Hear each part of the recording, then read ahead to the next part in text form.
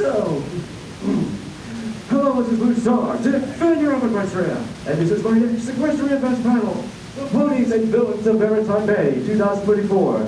Character analysis of the main six and the supervillains. And quite a few things have definitely happened since the last time I did this panel, so there is much to talk about. So let's get started. Whoops. Too many clicks. Oh, there we go. So, in general, as sort of said as by Babylon 5, nobody here is exactly what they appear. Because they're not what I like to call just this character. This is a shy pony, this is a adventurous pony. It's like they're both like real people in that they have more than one side to them. Like, Zip isn't just courageous and adventurous and likes flying, she's also interested in the sciences and just wants to understand how things work. And like her sister Pip is like, she's not the pink pony princess that you think that she is, but she has all these other interesting sides, like she likes spooky things. So, and no pony's perfect. They all have their good points and their not so good points. So, gonna do this in what I like to call the good, the bad, and the Cutie Mark story. I'm gonna talk about their good points and their also not so good points, because it wouldn't serve the characters in some ways to only talk about their good things, and some of those not so good things could be things that they have to face in the future. And since Maker Mark basically showed us the Cutie Mark story, I want to talk a little bit about their story and what it says about the pony, and also do what I like to call a little bit of Cutie Mark analysis, and say what I think the Cutie Mark represents. So, starting off with Hitch, the element of kindness, whereby only peace of mind is to be kind. It's like, kindness? Not what I was thinking, but totally fits Hitch's character, as we see in his Cutie Mark story, where he's just playing with his friends on the beach, and then this mayor shows up, and they don't like, and she wants to join in, and then they all say like, no feelings allowed. Why? And he goes and does what, as he says, he does what any kind person would do. She has stood up for her, and she played with her too. So I think that does reveal a lot of Hitch's character, because I think his Cutie Mark in some ways is kind of straightforward. It's like being in some ways the protector of Maretime Bay, the shield, and sort of the horseshoe, which I think sort of represents Maretime Bay. But also the two little green hearts, I guess sort of in some ways represent the critter back in his love for critters, and Sparky, and just being kind to everybody. Yes, Hitch, dad and rule-loving protector of Maretime Bay, and me, Hitch and my OC definitely have a lot of common in that, don't worry, I'll save you! Or at least that's kind of what we first see when we first see Hitch, but also being, the sheriff of Maretime Bay and being a pony of the law, it's like, rules, rule! In Tell Your Tale, he actually sang a whole song about this, so that can sometimes lead to his not so good point that when there isn't a rule for him to follow, like in Growing Pain, where like magic is just growing out of control, and this is in some ways Hitch's worst nightmare, because magic almost by definition allows you to break all the rules. It's like you can break the laws of physics, the laws of gravity, in some cases even the laws of time. So here's this thing that doesn't have any rules, Hitch doesn't have any control of their understanding of it, and there's no rule for him to tell him how to handle this, so he almost defaults to almost emotion and almost what I like to call rush panicking, where it's like, I don't know what I need to do, but I need to do something. Otherwise things are just keep getting worse. So I have to do something, I have to do it right now. So it leads to him doing a very rash, impulsive decision. But the good news is that he has his friends to help him. It's like, Hitch, no. And then that sort of snaps him out of it a little bit, and it's like, what am I doing? This isn't me. I'm sorry, everybody. I'm just scared, and magic has no rules. Rules are what I know. So yes, in some ways, Hitch in some ways has to learn sometimes to, not rely on the rules so much, use his own, abilities to decide what is the right thing to do. But I do like that he's more than just a strong sheriff, but he can still be a strong stallion character. I still like critters. And at first, like in the first part of Make Your Mark, I was kind of surprised. Like, he finds his egg on the beach, he does what any good sheriff would, he takes it, he takes care of it, but he's almost hiding it away, like, no, I can't let them see that I take critters, I'm the sheriff. But I think eventually he learns that he doesn't have to do that. And he's a scary cat, but he's no coward. Because there's a difference. That it is fun to watch the strong stallion sheriff be like, what was that noise? I'll just hold on to you, Sparky, in case you're scared. But yeah, I think in some ways that's okay, because people get scared of stuff and it is funny. But yeah, but he's no coward, because if he was a coward, he would have run out of the building and refused to not go in. And he's also a great dragon dad. And like all first-time parents, he's had a lot of lessons to learn. Like, yeah, you don't need, yes, you need to be worried, but you don't need to coat your entire office in plastic and bubble wrap. But he's definitely gotten the hang of this, but definitely a big thing that he's had to face during Make Your Mark. And in some ways, the ending of Make Your Mark might have in some ways dealt with this already, but at some time he's gonna have to let Sparky go. In some ways, the other worst nightmare for his would be for there to be a knock on the door and have Sparky's mom show up and say, here, I'm here to take Sparky home. But, oh, I mean, he'd be happy for Sparky, but he'd kind of be sad for him, because as hard as it is to be a dragon dad, he loves being a dragon dad and taking care of Sparky. So, that might be in Hitch's future at some point, but at the same time, it's probably been resolved for now in Make Your Mark. And I also can't help but feel that in some ways, Hitch is sort of a representation of the Bronies, because not only is he the only stallion character in the cast of the main cast of a girl show, but he almost goes against what we would almost define as the strong sheriff character. I mean, he can like critters, and sometimes he's scared sometimes, but that doesn't mean he's not a strong character. That he doesn't have to pick. He can be both. And because again, it's part of his cutie mark. He's protector of Maretime Bay, but he also loves critters and just being kind to everybody. So, good for him.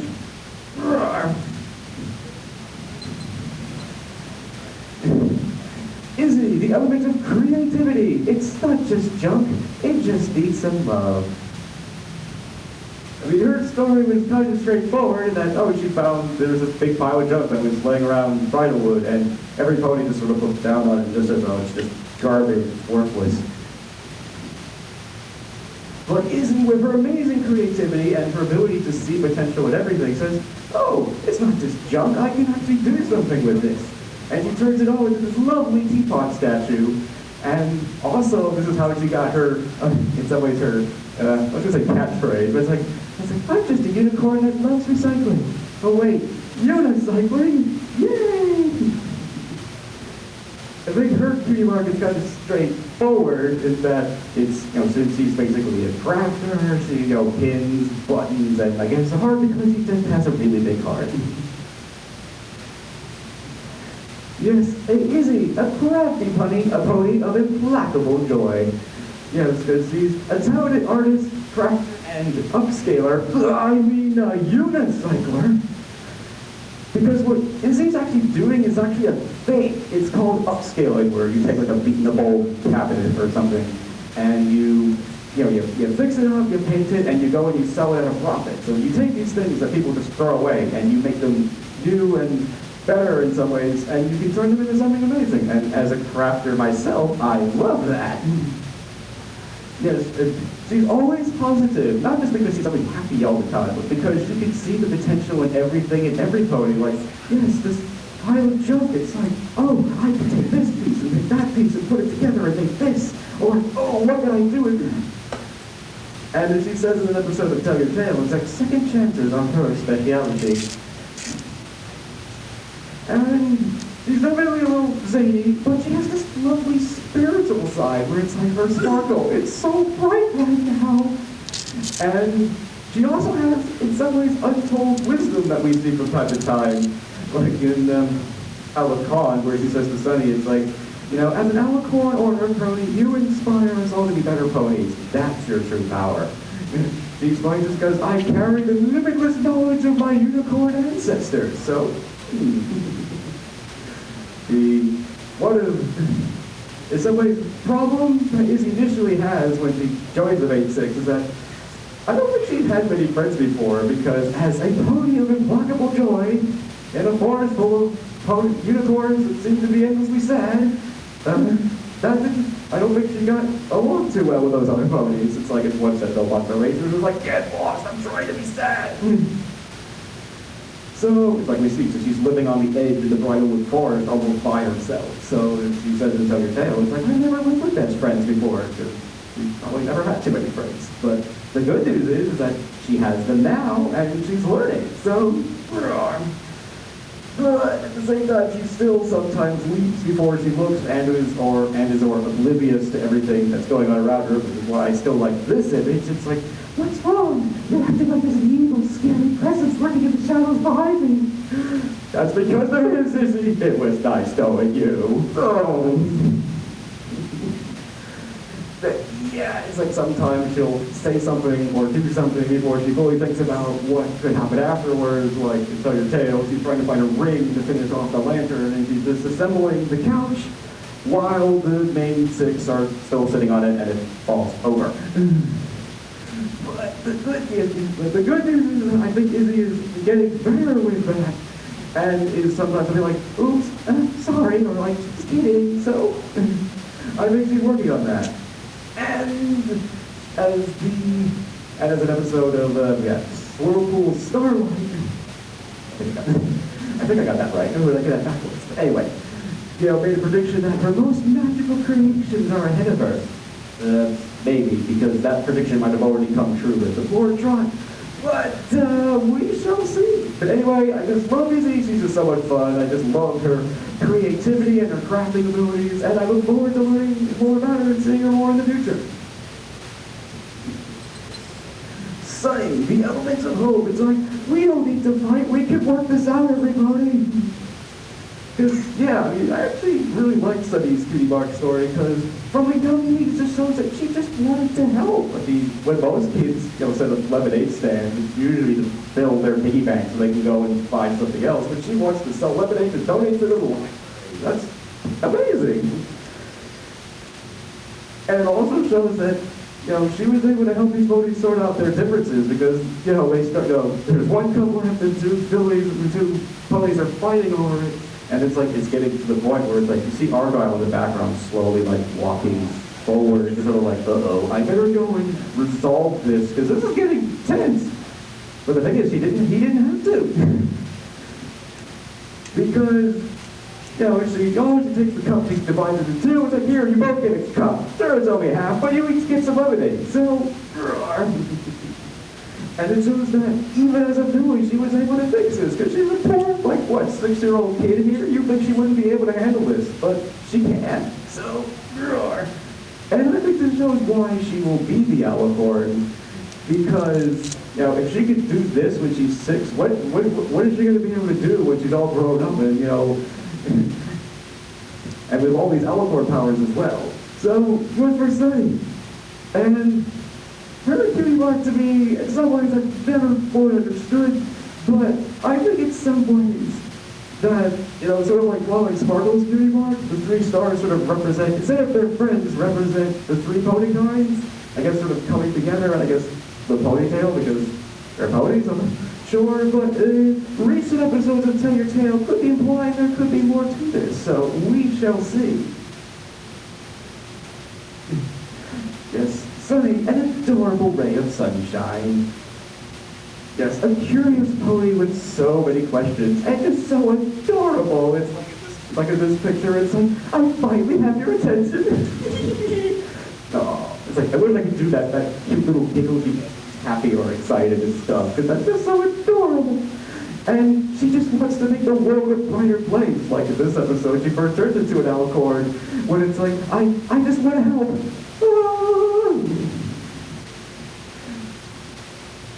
And that is pretty cool in itself because that's, let's just say, that's not as, it's not a very common thing that, that she's more focused on making the world better for every pony and not just herself. And it's sort of the leader of the main six. She holds the ponies together and also inspires them to be better ponies. Like in a new generation, it's like the ponies come across in big chasms, there's no obvious way across. They're all like fighting, and Warriors are like turn around and go home and stuff, and she's like, I want to right now, everybody stop! We're gonna find a way across, we're gonna find the crystal, and we're gonna go and save Seaquestria! Okay, that wasn't the line, but that was definitely the sentiment. And again, with Khan showing that, that Izzy's line where she says, like, she inspires the ponies to be better and to do more and to, be the best ponies that they can be and all those sorts of things as well. But so she can be sweet and understanding most of the time, but that same generation also shows that she can be strong and firm when she needs to be. Which can be tough, because if you're sweet and nice all the time, it's like, it can be tough to be like, but she's shown that she can, and as an alicorn, that is definitely a good trait to have, because sometimes you need to be nice, and sometimes you need to be firm. And in some ways, I don't like focusing on all the bad points of Sunny, because that's a wonderful, hopeful bunny, but there is a point to this. But Sunny sometimes doubts herself because she, at one point, was the misfit pony that, almost didn't have any friends in town. Like, now Khan, we learned that the popular pony sat next to the misfit pony. That had to be weird. And she's had to fight this fight for unity alone. And she's also lost her dad at a relatively young age.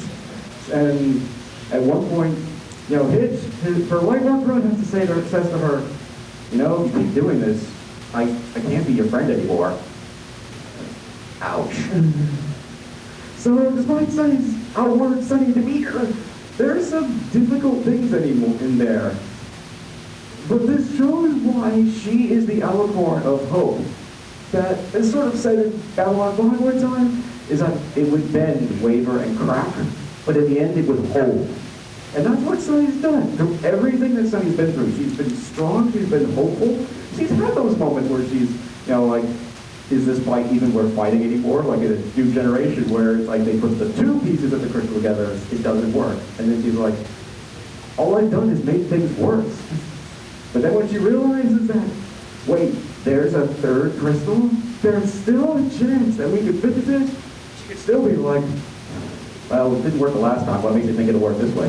But no, she's right back. Boom! It's like, there's a third crystal. Let's do this. Because that's when you need hope the most. It's like you need to be hopeful and happy when things are going well. It's when things are going wrong and things are falling to pieces and things aren't working well. That's when you need hope the most. So all that shows that despite everything, Sunny deserves to be the alicorn of hope because she's always been hopeful regardless.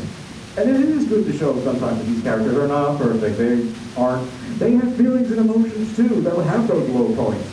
But they'll pick themselves up and go back to where they need to be. And I think Sunny has mastered most of her alicorn powers, but she still has much to learn about being an alicorn just in general, because she's doing pretty well for herself, learning on her own, but I'm sure there's still so much more she has to learn. Like, Twilight had to learn, oh, I'm the alicorn of friendship. What does that mean? I have to spread friendship across Seaquestria.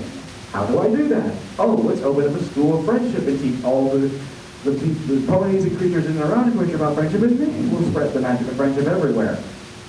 I think Sunny is going to have to go on a similar, in some ways, journey, and particularly in Tell Your Tale is that we learn that she knows about Skyros and is not actively looking for the other alicorns.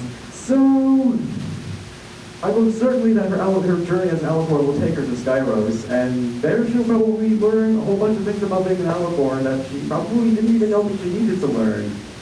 But overall, I just love Sunny. She's just so joyful and happy and hopeful, and I think she's an amazing pony, and I look forward to seeing where her alicorn journey takes her.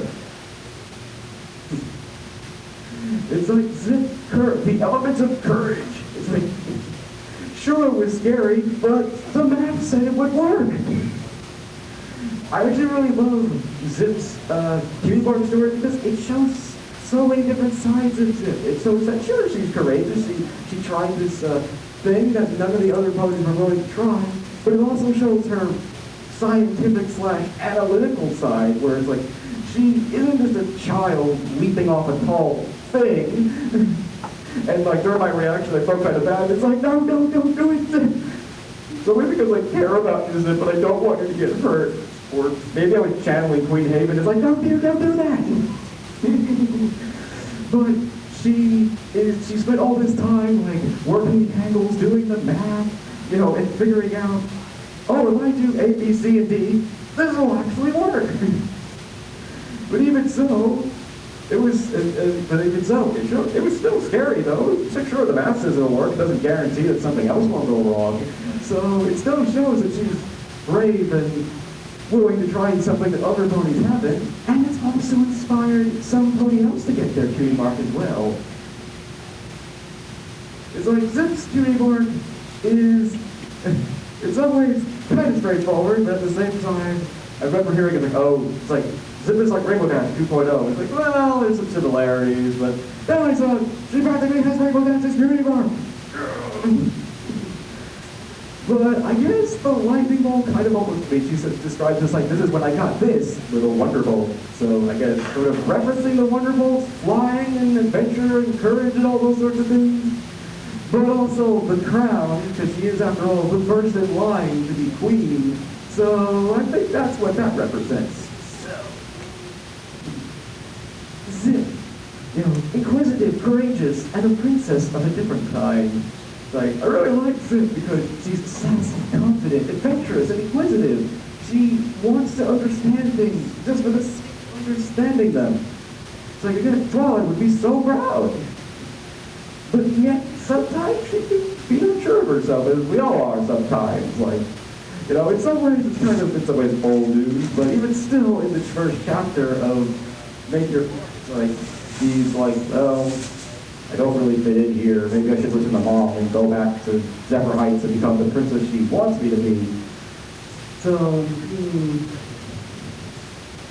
and I do like that she's not rejecting her duties and saying, no, I want not to be queen. She's saying, I'm not ready to take them on quite just yet because I still have so much to learn about myself and magic.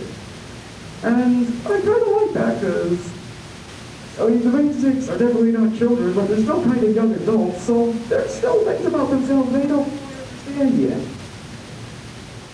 The good news is that I don't think, unless Queen Haven goes to an early retirement or something, I don't think she's going to have to be queen anytime soon. But it's clearly coming at some point, and that's definitely its own, Zip's worst nightmare. It's like, oh, you're queen now. Because something I like about this universe is that being princess, queen, they're not just titles, they are things of leadership, responsibility, from doing boring things like paperwork to potentially putting yourself in physical danger to fight for your ponies. Not a job I think most people would want to sign up for.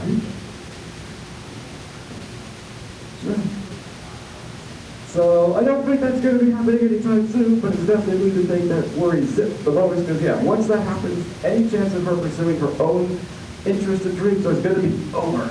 So when and if that happens in the series, it's going to be interesting, and So now I want to talk about something called, what I like to call the visor paradox. And that I really like Zip's visors, but does it actually help her? There's only a couple times where this is actually helping her, because the other times this is just sort of like, it's either unnecessary or excessive. Like when she's chasing Misty in an episode of Major, I don't think there's a moment in the chase where she's more than 100 feet away from Misty at any one time. So it's like, you don't need the visor, she's standing right there. So, and I think and I kind of like, because it almost represents technology itself.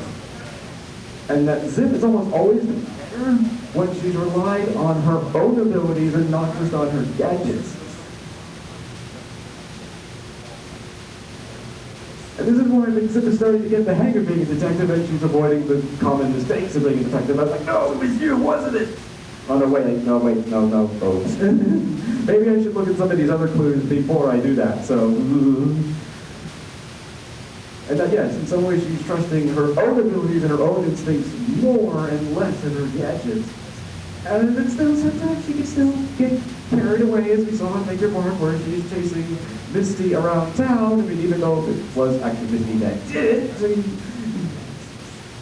But yeah, she's doing less of the, yeah, I know, it's you. And looking more, it's like, okay, I need to look more into this before I just go around accusing Ponies. And again, so she's learning and she's improving because, yeah, I mean, Zip starts off like she never actually went to something like a detective academy, so she's had a lot to learn, but she's learning it. So overall, I really like Zip so much because she has so many of these different sides. She's not just courageous, she's scientific, she's analytical, she's a detective, and I hope we get, and I'm looking forward to seeing where they go with her in the future. It's like the element of confidence. If Zip can perform, so can I. And aren't they just so cute with their little sashes and their flags? Oh, they're just so adorable. Right. Anyway, it's like, yeah, it's like Zip's amazing, stunt inspired her sister Zip to also perform for the first time. And this is also how she gets her catchphrase, where it's like, hip, hip, hooray! And it's kind of so nice that the two sisters got their Cutie Marks together. And isn't it nice that courage and confidence are sisters? And yeah, Zip's Cutie Mark, I kind of like it because it's like, I think obviously the musical notes for being a performer, the squiggly line kind of reminds me of the analytical charts on the social media feeds. It's like how many views and likes and those sort of things that you have, which is definitely very important to Pip. And the crown is actually underneath it, I guess, sort of representing that she's second in line to the throne. So, it's like confidence, and definitely not the big pony princess that you were expecting. She's a much more modern, casual princess. I mean, Zip and Pip are all these almost casual princesses. They're not like, it's like, what, a smurfy drinking competition? It's like, surely you jest, that is so below my lady station. I know people don't really talk like that anymore, but that's what I think when I think of royalty. No, they're just like, yeah, it's more like, yeah, we're princesses, but we're just ponies that happen to be princesses in some ways.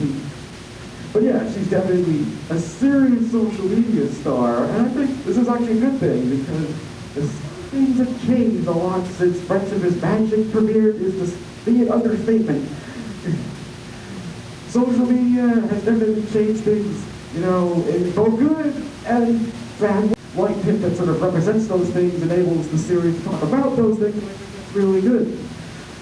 And just like her sister, she's multi-talented. She's a singer, songwriter, and name stylist.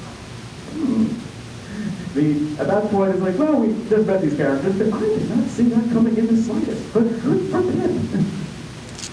And she has surprising interests, like she likes swooping dicks. Something else, it's like you think, oh, she's a princess. She's like, oh no, I'm gonna break a nail. Ugh, I don't like pain. But it's like, no, she likes going to, like haunted houses. It's like, this haunted house is spectacular. And while all the main six behind her are freaking out, it's like, just get us out of here. Well, she still has some of those sort of like drama queen things where it's like, I need a to save her styling. But in some ways, those things have kind of been toned down a little bit. It's like, yeah, she's not above getting like her roots a little bit dirty. It's like, oh, I need to polish her jazz. But yeah, it's something like, oh my gosh, it's starting to rain, or she falls to a bug puddle, or the water is up, and she's gonna freak out and be like, oh my gosh, I need a restyling, help. So, and definitely her not so good point is that definitely book taps are key, and or she can get wrapped up in social media. I still think I'm projecting with this image because this is me every Thursday. It's like, oh, I gotta edit this Tell Your Tale reaction video. Because yeah, it's easy to get wrapped up in social media, especially, oh, this video is not doing well. Oh no, this person, they're doing better than me. He's like, why? They did almost a whole episode about this, where like Pip is just freaking out about, like, you know, it's like, they're doing more, doing better than me. Am I even relevant anymore? And she works there, it's like, yeah, there's quickly a point where it's like, you know, this isn't fun anymore. And when it's not fun anymore, there's no point in doing social media. And yeah, it's not always about being perfect, and you just have to be true to yourself. But I think Pip is definitely learning and dealing with those things. There's episodes where she's actually put down her phone and like, what was it, mega mindfulness, like when she puts down the phone and be like, you know, follow me, you know, later for this, but not today because I'm turning off my phone to today. It's like, or telling Ponies, it's like, you know, the services here is terrible. You made a lot of water live streaming, and besides, be in the moment, Ponies. It's like, wow, I'm so proud of you, Pip. Because in some ways, yeah, sometimes that is the thing of that. Yeah, sometimes there's a button on the side of the phone that says off. We should push it more often. But at the same time, I'm sure she really wished she had recorded like the, you know, the wishing tree turning into the together tree, though. But I really like it that she never ceases to surprise me, and I love that. But she can definitely be a lot of fun, and I think it's great to have a social media star here that can represent all those things. And I just really like that she's a lot of fun, and I look forward to seeing her some more. This may take a while. Because I think Misty definitely earned prize for most character growth so far. Because Oshiomi starts off the minion of the supervillain and ends up joining one of the best group of friends ever. It's like several chapters later, she finally knows who she is. Because like this moment, it's almost a crossroads for Misty. It's like, even though she'd already made up her mind at this point, it's like she almost has two choices. She could sit in that throne and be just like, and be evil like Ogilvy, or she can do what she decides to do. It's like, I'd rather be a pony without a cutie one day more than a pony who doesn't think.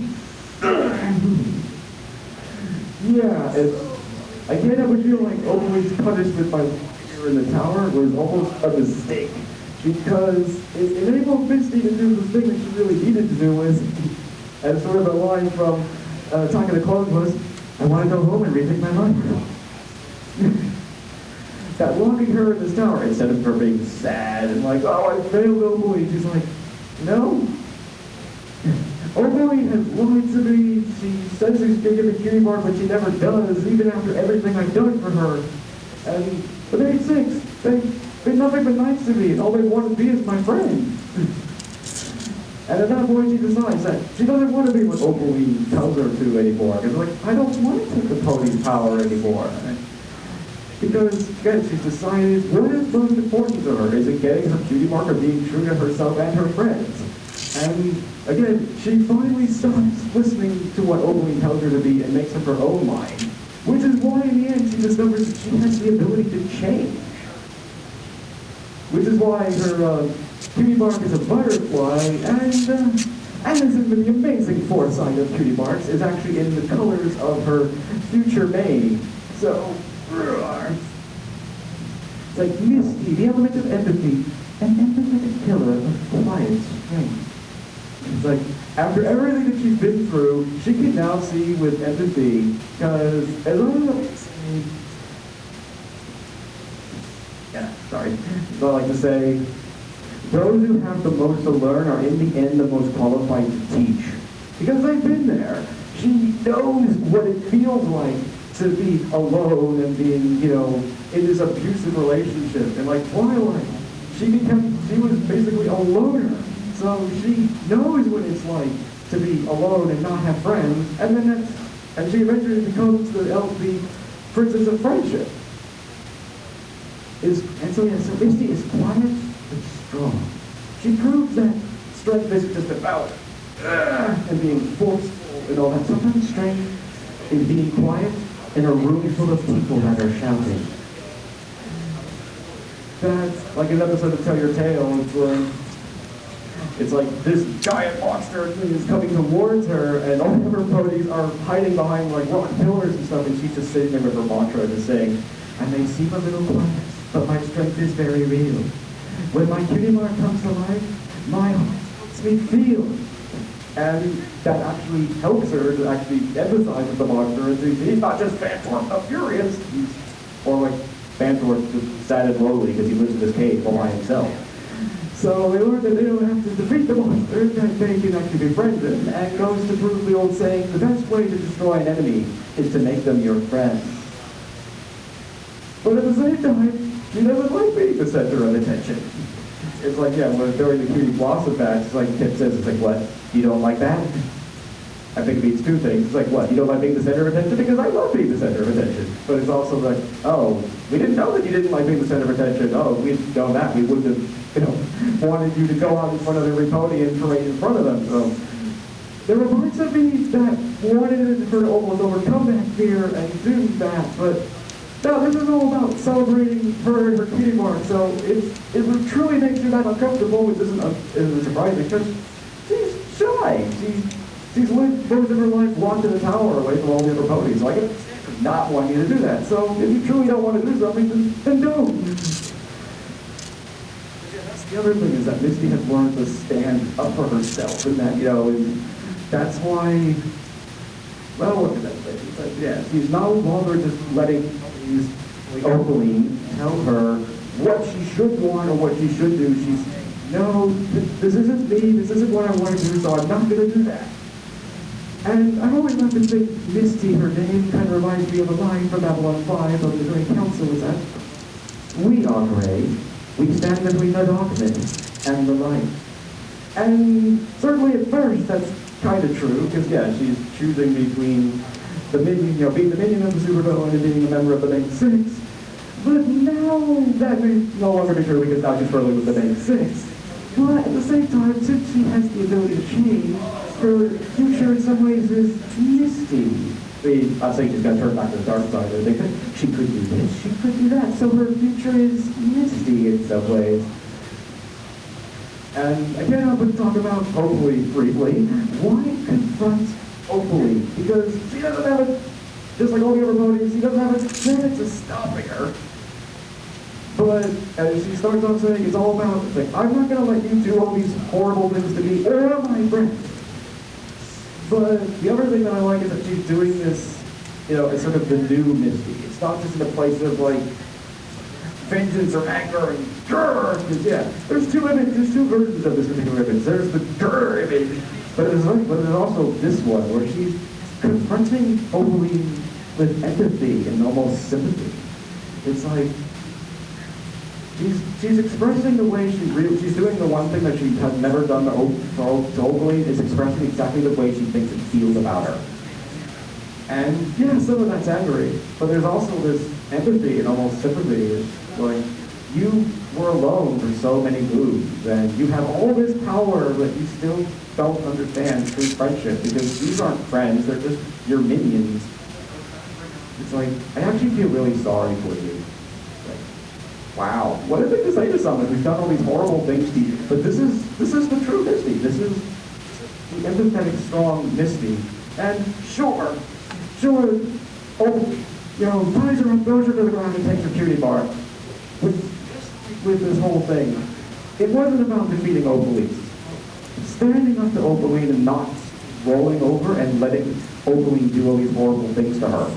So I'm so proud of you, Misty, because not only did you stand up, stood up to her in empathetic strength that she now has. So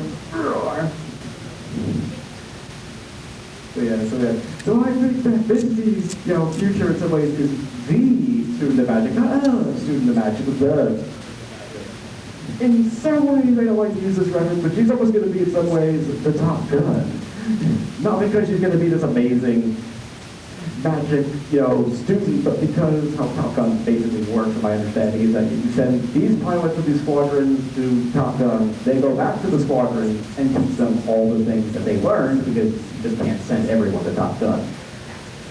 So, yeah, the ponies have all had to start from zero. They don't even know what magic's capable of. So now Misty has become like that student that's gonna, okay, we learned Magic 101, but now Misty's gonna learn all the the more advanced magic, the things that they don't even know that they can do. I guess Misty, not so good points on the things that you may have to deal with. Again, sort of his old news, but might be still coming back to her in some ways. Haunt her is the shadows of her past, because, sure, in some ways, Swirlpool Starlight dealt with it, with her literally facing her past. It's like, this is, new Misty confronting old Misty in some ways. But I still can't imagine that this is like one of those things that you're just going to get over. You're just going to, I think most of the other ponies have. I don't think we're going to come across a situation where it's like, oh, you were the minion of Oakley, the one who did all these horrible, you helped her do all these horrible things to us. Ugh. But the hardest pony to forgive is yourself. But at the same time, again, it's like Disney shows how, she can be, and she is, where like at first she's like, this Whirlpool and doesn't even want us to face this.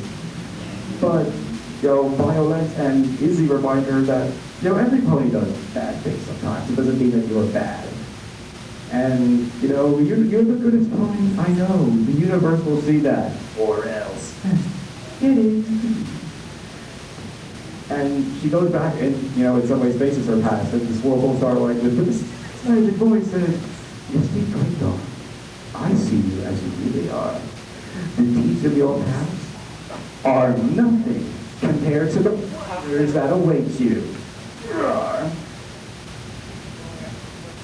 And sort of, so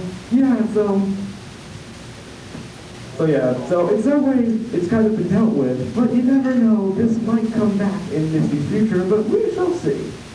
And sort of a minor thing that maybe just be a one-off thing for Make Your Mark was Misty's mist from that we see in Family Trees, where like when she's a boy, this mist comes out of nowhere and like teleports her to in front of the Dark Castle. And in another part where she's in Bridalwood, the mist comes out of nowhere and it teleports her to a random point in Bridalwood. It almost feels like there's some kind of connection here. I mean, was this just simply a one-off thing for Make Your Mark to just get her in front of the Dark Castle and captured by Oakley? Maybe not, but we shall see. But in any case, I really love Misty. We all have the ability to change. That despite, it's like if something your past doesn't determine your future, you do. And there will always be things, ponies, everything that will tell you what you should and should not be. But it's up to you to decide what you want to do. And I think Misty represents hope for so many people. Love her, but she's also so nice and just sweet sometimes, and I look forward to seeing more. So, roar! Now it's time to turn to the dark side with the supervillains with Oakley Arcada. It's like definitely the element of power! Well, I guess actually specifically the element of fire, I guess, but yeah, power is definitely her thing. And at first, it feels like she's just another supervillain who wants to take over the world. But I think it's more than that, because we learned that it's an O Bay for the golden ponies and the favorites. Every pony loves them, but us through that. Because, this unfortunately is the situation that in some ways turns Oakley to the dark side, because it's like, sure, they have the sun, and sure, they control the sun of the two, but I'm output of fire, of strength. Look at all these amazing fire powers I have. Why does every pony ignore me? Yeah, I can't help but feel like, I'm not really sure if this is what really happened, because, sure, Oakley and Celestia, they're bright times when they intentionally intend to blow on Oakley. I don't know, maybe we'll find out more in the future, but regardless, that Oakley is basically driven by almost envy.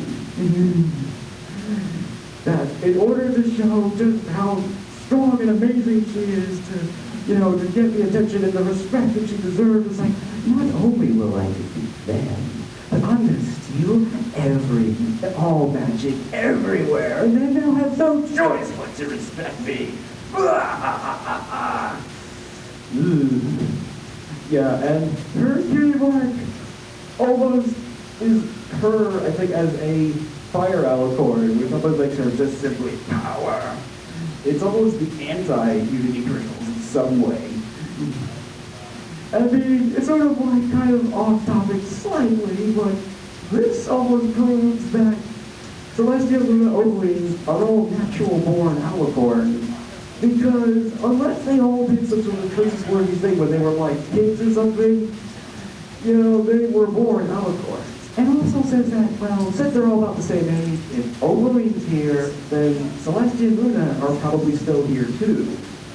And Oakling's together tree, that she actually says that the tree that was surrounding the Dark Castle, it was her together tree, which meant that she and somebody else must have grown it. So who those ponies were and how they did that is an interesting story that I hope we get to learn in the future. Like that didn't open our pizza. An envious supervillain is a very painful task. And I still have to think of her as a cunning, deceptive aristocrat. And that, unlike Twilight, isn't, oh, I am so much better than every pony. I know best. You ponies are hopeless without me. So yes, be grateful you get to bask in my alicorn glory. But at the same time, I like that she kind of like, you know, she believes in things like planning and recon, because it appears that she went up against the Main Six, the Friends of the Main Six, and lost. So she is not just going to go and do the same mistakes that she did before and end up in an even worse position now. So before she busts out the front doors of the Crystal what's inside there?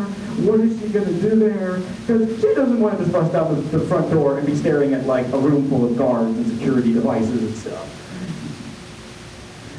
And there's an interesting thing that I kind of noticed that it almost feels like she doesn't want to do anything herself. Because when she's getting the Dragonstone for the first time, this Dragonstone is falling down this crevasse, and at one point she's like, magic, seize it! Wait a minute, is she ordering her own magic around? That's like saying, arm, raise up! No, I have to do this myself. I always feel like that's her. She wants to be a princess, but she doesn't have any minions or any, other than Misty, she doesn't have any minions or subjects to order around. She's like, so, yeah, you do that. Oh wait, I still have to do this myself. And it still was kind of true. It was like, oh, I'm an alicorn, all magic is rightfully mine. And yeah, that she literally wants all magic because she wants to have all the power. So the ponies will have no choice but to respect her. And she almost feels like the polar opposite of Sunny. That it's almost a whole panel in itself why they're different. But it's like Sunny is trying to raise the ponies up and try to inspire them to be better and to improve themselves. Albright is almost like hopeless without me, so I have to lead you. But unfortunately, in the end, she chooses poorly. And also serves to prove that selfishness is ultimately self-destructive. Because she thinks she has these are her friends and stuff, but in the end, which basically, you know, she's lost all her magic, all her powers, everything. She's standing in the room basically alone. And yeah, she almost in some way, Make Your Mark was so much better than this to Tell Your Tale was. They clearly show that Opaline in some way has a choice. That sure, the tree is taking her Cutie Mark, and I think most ponies just want to be like, no, my Cutie Mark. But they're making clear it's like, my Cutie Mark, my power. It's more like she's chasing after a sword over a cliff, and she goes over the cliff with it, which did have the opportunity to run out and possibly escape. So yeah, so this appears to be the end for Opaline. But Tell Your Tale implies that maybe it's not. But then again, it's not the first time a supervillain or someone has said, I'll be back, and they weren't. So whether this is the end or not for Opaline, it's an interesting thing, and as defender of Seaquestria, I am glad that this evil pony was finally defeated, but as an analyst, I feel kind of sad for her, because again, she chooses poorly when, even Sunny gives her the chance to change, but instead she ends up alone. But in any case, I liked Opally. She was definitely a smart supervillain who was definitely more than just, I am here to take over the world. And I think she was a great supervillain, and whether we see her again in the future, I definitely liked Opally, and we shall see what happens or doesn't happen with her in the future. Yes, Allura and Twitch, a quiet, cunning supervillain, maybe more than she appears. What? Then I asked, are you? Is that not? No, her voice, it's just so alluring. It sounds almost calming, but yet threatening at the same time. It's almost, I know I'm intimidating, but you can trust me, right? It's like, yes, it's like she's whispering, almost quiet, like even like she's shouting. Which, that has to be hard for a voice actor. There's almost a moment in the walk like she almost breaks character, but there's no way to be shouting and whispering at the same time. I mean, could this be revealing something about her character? We shall see. And in versatility, she's driven by the typical thing supervillain wants. Like, oh, I want this thing and I don't care. And at the cost I have to get it at. But she could be more than she appears. Mainly because she has a Cutie Mark. It's like, Cutie Marks no longer appear to be a pony thing anymore. It's like the dragons have them, Allura has them, the sea ponies have them. So that might be something in itself, perhaps. We shall see. I mean, knowing that it's all about these portals and everything, it almost feels like this swirly thing is a portal, and perhaps the big star with the purple thing in the middle is supposed to represent her. So, interesting. And definitely she is submissive, which is quite a pretty formidable power. It's like she can just walk up to somebody and just be like, basically just tell them to do something and she'll just do it, and then they'll do it. And yeah, the magic snowballs may have fixed this in Starlight Ridge, but now that she's at Maretime Bay, it'll be interesting to see how or if the ponies can overcome that. And Telltale also confirms that she has magic ice powers. And that in this picture she's basically freezing the forest all over the place, and that she has almost like these magical blast things. And I once did a video that it was kind of strange in that, magic almost seems like it has to act through something, like a horn, a claw, or something. But I guess it's her eyes. It's the glowing ice eyes. And another interesting thing that is slightly concerning is she goes about alicorns. Like if there's someone's more disturbing is she just completely crushes it out. An alicorn. How cute. So, that can't be good. But it appears that she is different from her brother.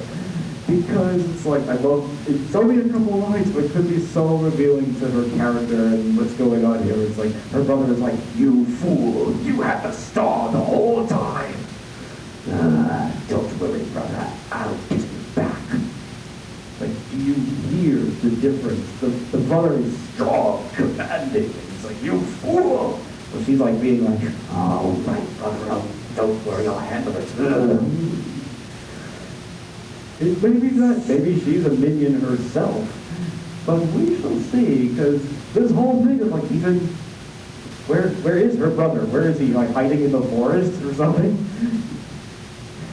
My thought is that because they're so wrapped up in the portals and traveling to different realms, is that, could they be like interdimensional beings or something that are traveling between dimensions or the parallel worlds, like, Candlelight High and stuff, and that maybe they were traveling from one realm, parallel world to Seaquestria, and somehow her brother got stuck here, but she waded through, and now she's trying to get him out. So, we shall see. But, of course, being a soul leopard, it's, well, what? Yes. Oh, okay. It's like, it's just too dark. just too darn hot. Which is what she's trying to do here. Yeah, they just know, remember, she does not like being in Maretime Bay, because it just really is too hot. It's like, why can't it be cold back in the Arctic? So that is why she's currently hiding out in the cave to look portrait of a princess, because she was able to ice it and make it icy cold and everything. But it's definitely slightly disconcerting because, well, I like that episode, and she's also lived inside of the Crystal Bright House, so she may as well just pick the bush, hit out in the bush in front of the Crystal Bright House. So definitely think we'll be seeing a lot more of Allura and Twitch in the very near future. And Twitch itself, first I thought, it's just enough minion supervillain, because you see him doing, like running, errands, doing minion-y kind of things, but it appears it could be more than that. Because we see in the walkie-walkies that Twitch is about to be hit by this giant magical blast, and Allura's like, Twitch, look out! And then he leaps over to save him. It's like, wow. It's like, he's done more for her supervillain than Oakley did for her entire run. And it might know that he might actually care about Twitch a little bit. And even, why did this bunny, team up with this giant snow leopard? It's like, being a snow leopard, she should look at Twitch and the ponies and be like, you look delicious. So there is definitely a story there that has not yet been told, and I hope that we get to see that in the near future. And it does appear that Twitch and stuff might also keep her motivated, because all during the walkie-walkies, she's like, it's like, you want me to use the ice powers on the boulders? I don't see what good it will do, but I'll try. And definitely this little moment after she sees the Nova Charm being, split up and destroyed, it's like, no, we're trapped here forever. Oh, let's go back to the cave. It's like, basically, let's go. It's like, come on. It's like, let's go back to the cave and sulk. Basically what she's doing in that moment. And then there's this thing where Twitch is like, I'm not going to let you give up, and basically rushes after her. So moment when she wants to give up, that she just keeps pushing, keeps him, her path, keeps Allura motivating, pushing her forward. So there's definitely more to these supervillains than meets the eye, and looking forward to seeing what truly motivates them. Particularly because Tell Your Tale is apparently giving them an opportunity for a second chance. But so we shall see what happens in the future. I guess. So overall, I really like these characters because they are definitely more than they appear. That, the main six, they have good voice, bad voice, and are multi interested, and they're definitely not more. They're definitely more just this or that. They have multiple systems. And I really like that Oakley was not just a supervillain to be defeated, she was more like a character that had to be overcome. They had to overcome her greed and envy with the community and the strength and the friendship and the unity of the ponies. And Allura and Twitch at first just feel like that's the one that we just defeated, but there's definitely more going on here, and I look forward to learning more. And overall, I like these characters, and I look forward to seeing them more in the future. So, I don't know. I don't think we have time.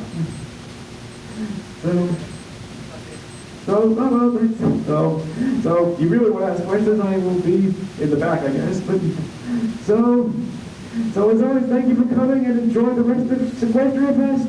And until next time, this is Blue Star. Stay strong and pony on. Blue Star out.